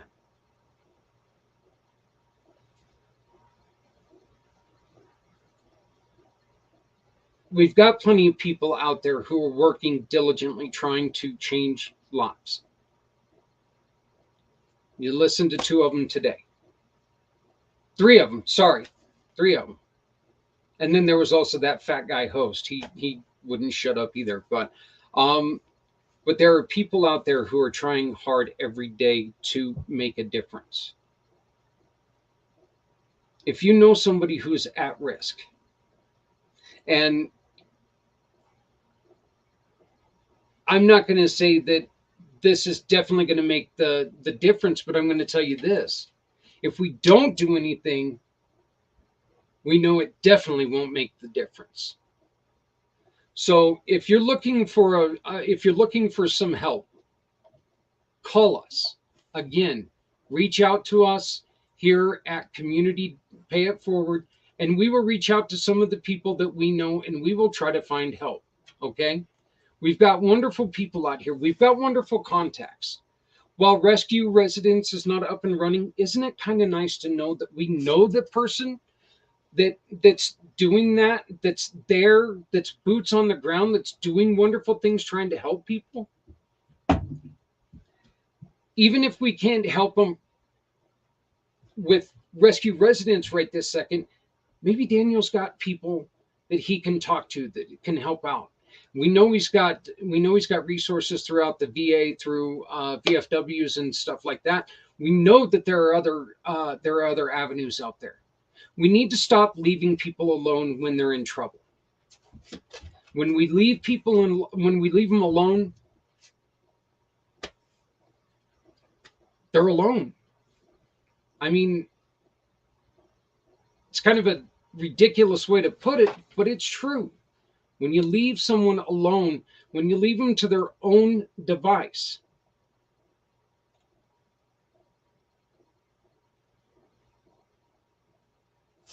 right there.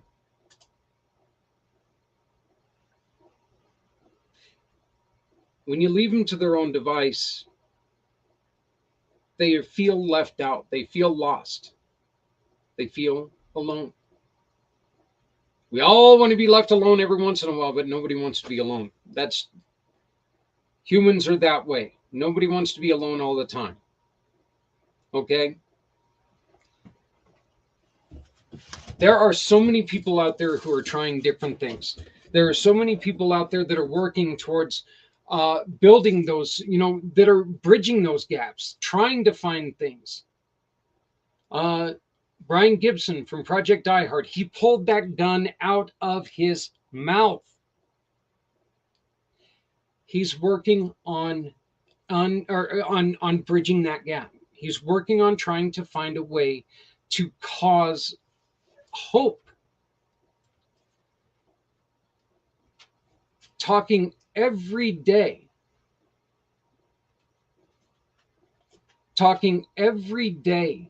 to people who say, well, this world's just garbage now, and we don't know. There are portions of this world that's garbage, but I'm going to guarantee you that this world is a hell of a lot better with you in it than you checking out.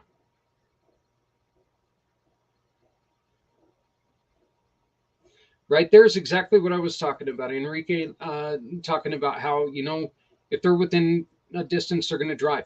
We know, and it's very acceptable. Not everyone is the person that can sit there and handle emotionally themselves to sit down and listen to somebody. We understand this, but that's still no excuse for leaving somebody without any hope.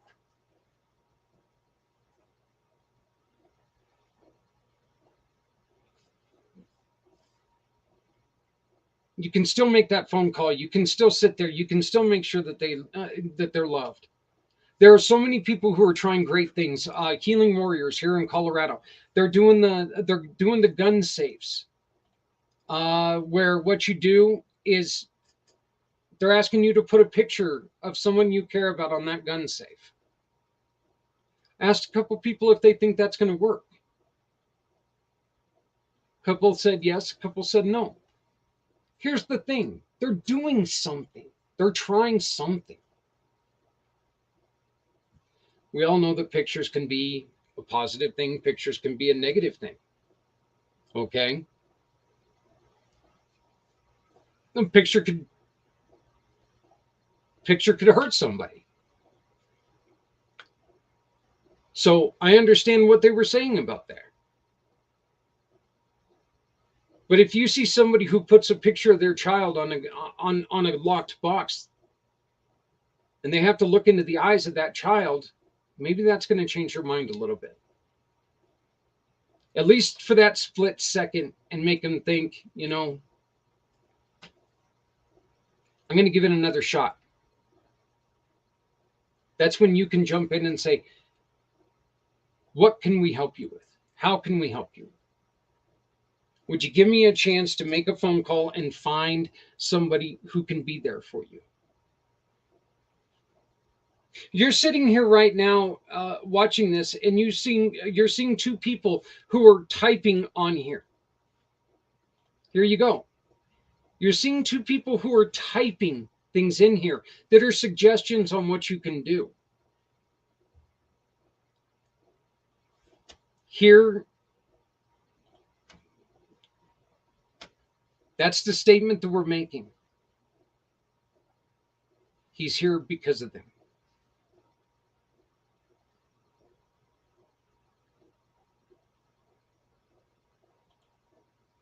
They were all the way in New York City. I love this statement. All the way in New York City, or North Carolina. New York City, Jesus. I had that much wine, and I'm already goofy. Great wine. I'm just a lightweight now. But they still found a way to help. We're not asking you to sit there and hold hands with somebody. We're not asking you to do things that are making you feel uncomfortable. If you know you're not emotionally able to handle it, there are hundreds and thousands of millions of people out there who would gladly like to step in and talk to them.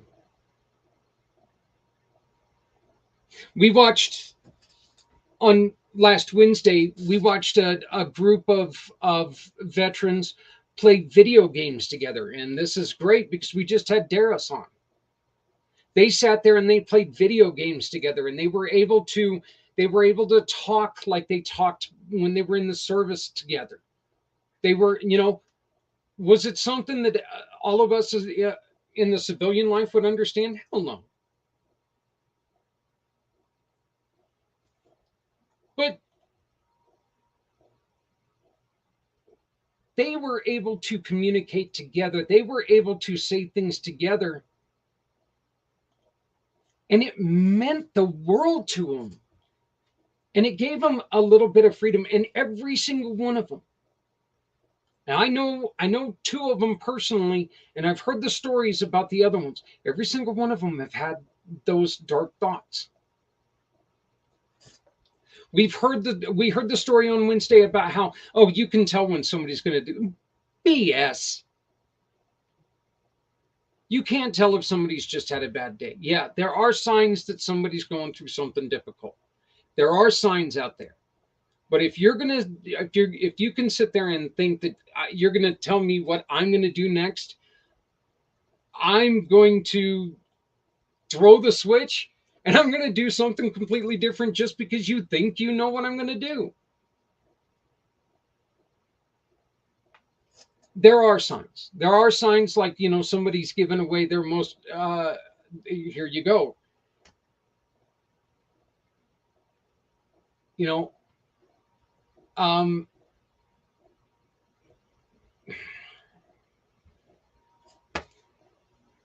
That's what we were able to ask the other night is, were you not called because she knew that you would try to talk her out of it? And she said, absolutely, that's why I wasn't called.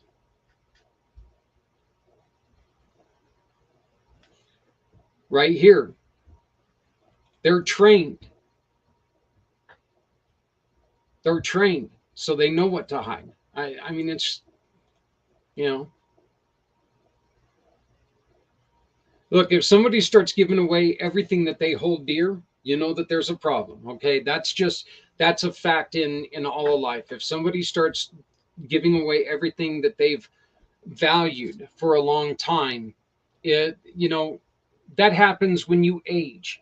You start making sure that the people know, or the people that you want to obtain things, they get those things. So this is something that happens. That is something, and if it's coming from a healthy person, that's something maybe you want to take a look at and go, whoa, wait, let's talk. But the one thing in the world you don't want to do is just close that door and say, you know what? They got to work it out.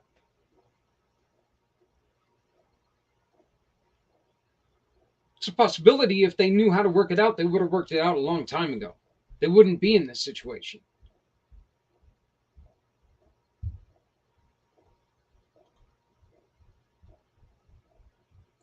I'm just a guy trying to do this, man. You guys are the ones who give me the inspiration. You truly do. Community Pay It Forward is here for one reason. I want to be the support for the great people like Rescue Residents, like Project Die Hard, like Veterans Ranch, like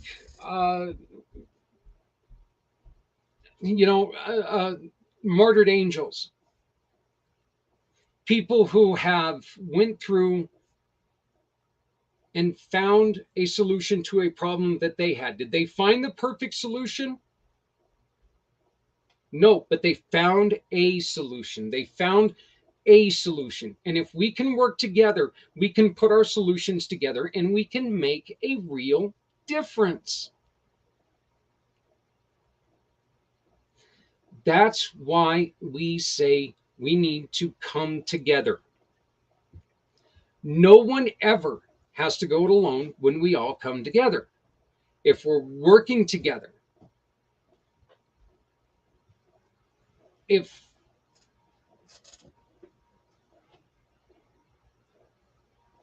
we take suggestions from each other, if we forget left, right, Christian, Muslim, black, white, if we forget all that garbage and we remember that, you know what? It's cold out here. That cold can kill me. It can kill you. Hunger It can kill me. Well, it can definitely kill me. I'm a fat guy. It can really hurt you. It can kill you. If we remember that we're one person, why can't we work together? We don't have to get along all the time. God, I'm not even sure I would like anybody who tries to get along with me all the time. I think some wackadoo things. I'm not sure if I would like somebody who agrees with me all the time.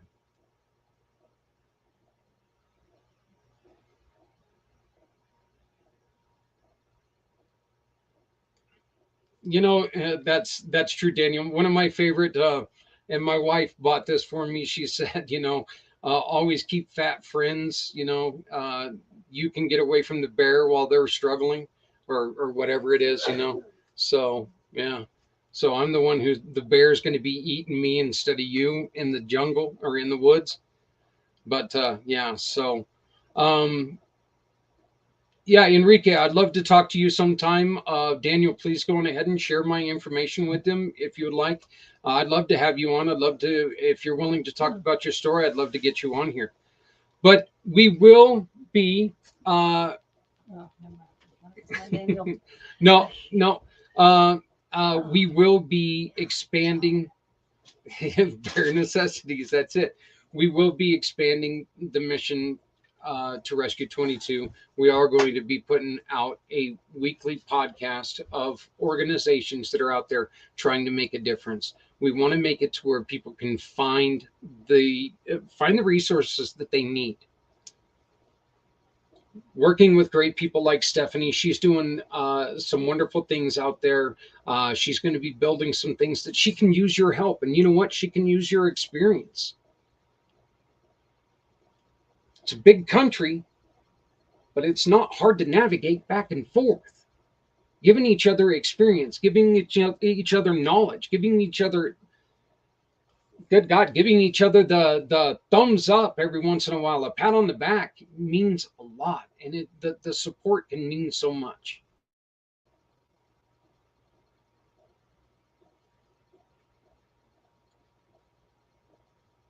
Allowing us to tell your story, allowing us to tell who you are, what you do, why you do it. It's not new. We all know that word of mouth is one of the best ways to get around, to get your word out there. Well, this is what we want to do, because you know what? The more people who know about the nonprofits in this world, the more we're going to do, the more they're going to be able to do. Because the worst thing in the world for a nonprofit to hear, the worst thing in the world for any business to hear is, I wish I would have known about you before, ... You found a talker. You found a guy who likes to talk. You found people. Oh, I love to see that my dear friend Janet's here. I love you, Janet. Thank you for joining us. Yeah, but we are going to turn what we did last Wednesday into a weekly thing, because all of these programs that you've heard from in the last week, we need everybody to know that they're there. Because if everybody knows that they're there, they can share this information. If you don't know it's there, you can't share it. It's simple.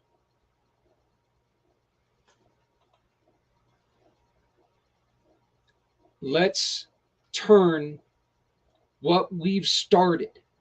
And this is what we've started. I didn't do this. I turned on a camera. You guys joined me and talked. You guys told me your stories. You guys told people what you can do. That's what's important.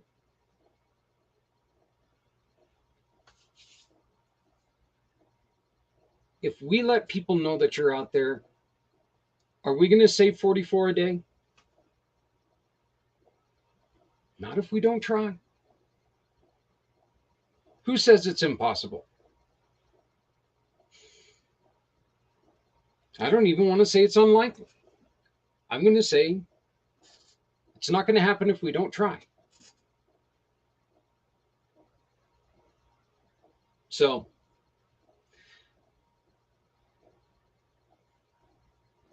I want to thank everybody who joined us last Wednesday. I just want to take a real quick moment to thank everybody who took time out, because there's there it is. Yep, you miss every shot that you don't take. We started it at and I'm going to use Mountain Time because I'm in Mountain Time, but I was joined at 2:15 a.m. by the paranormal Reverend. You guys, anybody who watches the pACT channel every once in a while, you get to know him. Kind of looks like a cherub wearing a Reverend's outfit and talks about paranormal stuff. Pretty good time. It was actually really great. Then I was joined by Trevor Gibbs. Trevor Gibbs is trying to help you make sure that your websites are all ADA compliant. Why is this important? Well, because if somebody who's blind, or if somebody who is colorblind even, can't look at your website, you're going to lose business. Oh, and by the way, there's also lawyers out there that are gaining $75,000 every time they take one of these businesses to court. That $75,000 isn't going to help anybody. It's going to help a lawyer. Check out Trevor, see what he can do to help you out. Then we were joined by the goddess of the grapes, Stephanie Simoes. And we were able to talk about the stuff that we've done, the stuff that we're going to do, the stuff that we're going to continue to do.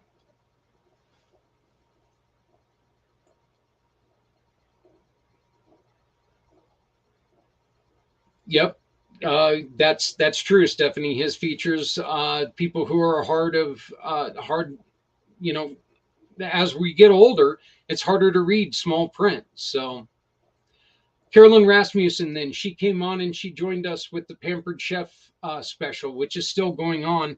If you go to the Pampered Chef special and you purchase something, a portion of that can go to help everybody that we were trying to help the other day. We're going to make it, this is a yearly thing. We're going to start raising money and we're going to start helping these people. We're going to do some great things together. But right now you can still do it by going to the Pampered Chef, and you can find all this stuff on the website if you go to the Mission to Rescue 22 webpage. I was then joined by a dear friend, Susan Ahern. Susan, sweetie, you had hip surgery today. I really hope that everything's going great. Please reach out if you need anything.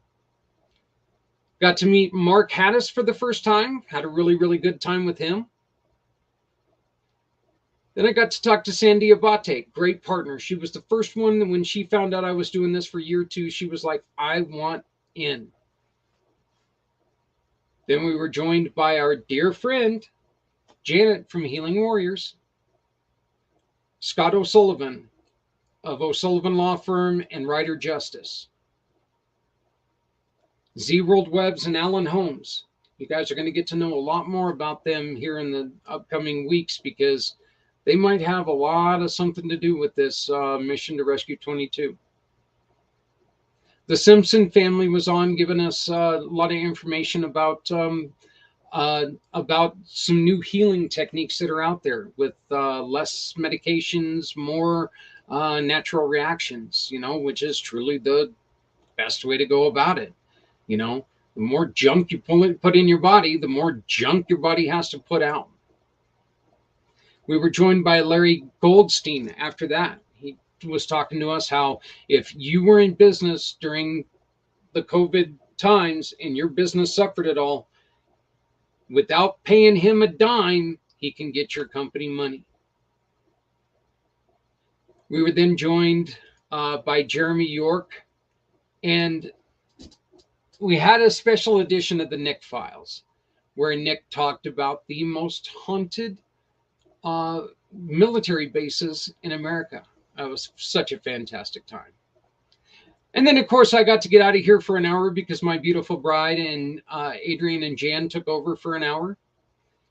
And then we were on with Eileen and Eileen and the stories we heard in that hour. That's where we heard about the lady who lost her best friend, and she discovered her best friend an hour and a half after she shot herself. All of this is available still at the website, and you can find it there. If you need any information, please just give me a call.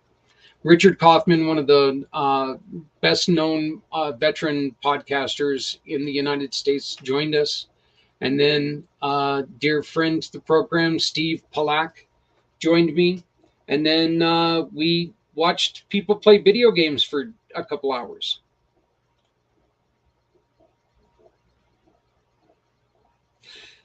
Daniel and Janet, I'm going to send an email invitation to you guys.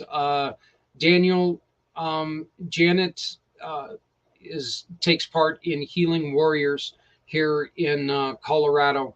They offer free health care to veterans. And Janet, Daniel is building tiny homes out of ambulances. So I think that there's some, I really think that there's some good things that can happen with you two.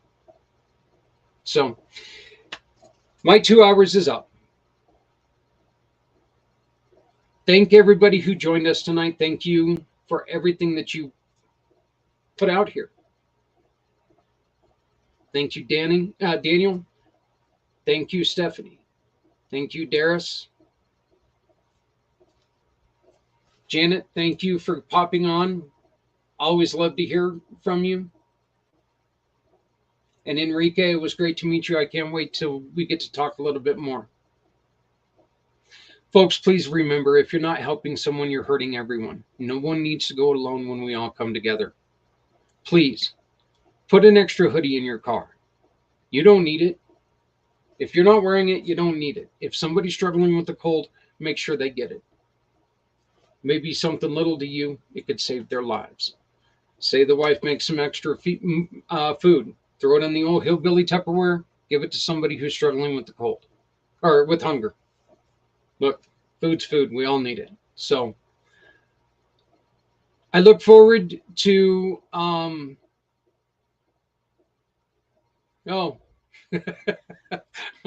that's good to know because I'm probably going to screw it up. So, but again, I want to thank everybody who joined me tonight, and please make sure that you use this QR code for the next month. Support Rescue Residents. It's a great program. If you don't know what it's about, go to Rescue Residents. Let me get it here. Go to NOCO Mobile Gaming as well, but rescueresidents.org. Also check out Darius and everything that they do at nocomobilegaming.com. Please love somebody out there because somebody out here loves you. Thank you very much. And let's just make sure that we're taking care of each other because you know what? This is all we got. Bring me home out of low and show me the way. You wanna be a part of Sunset Boulevard.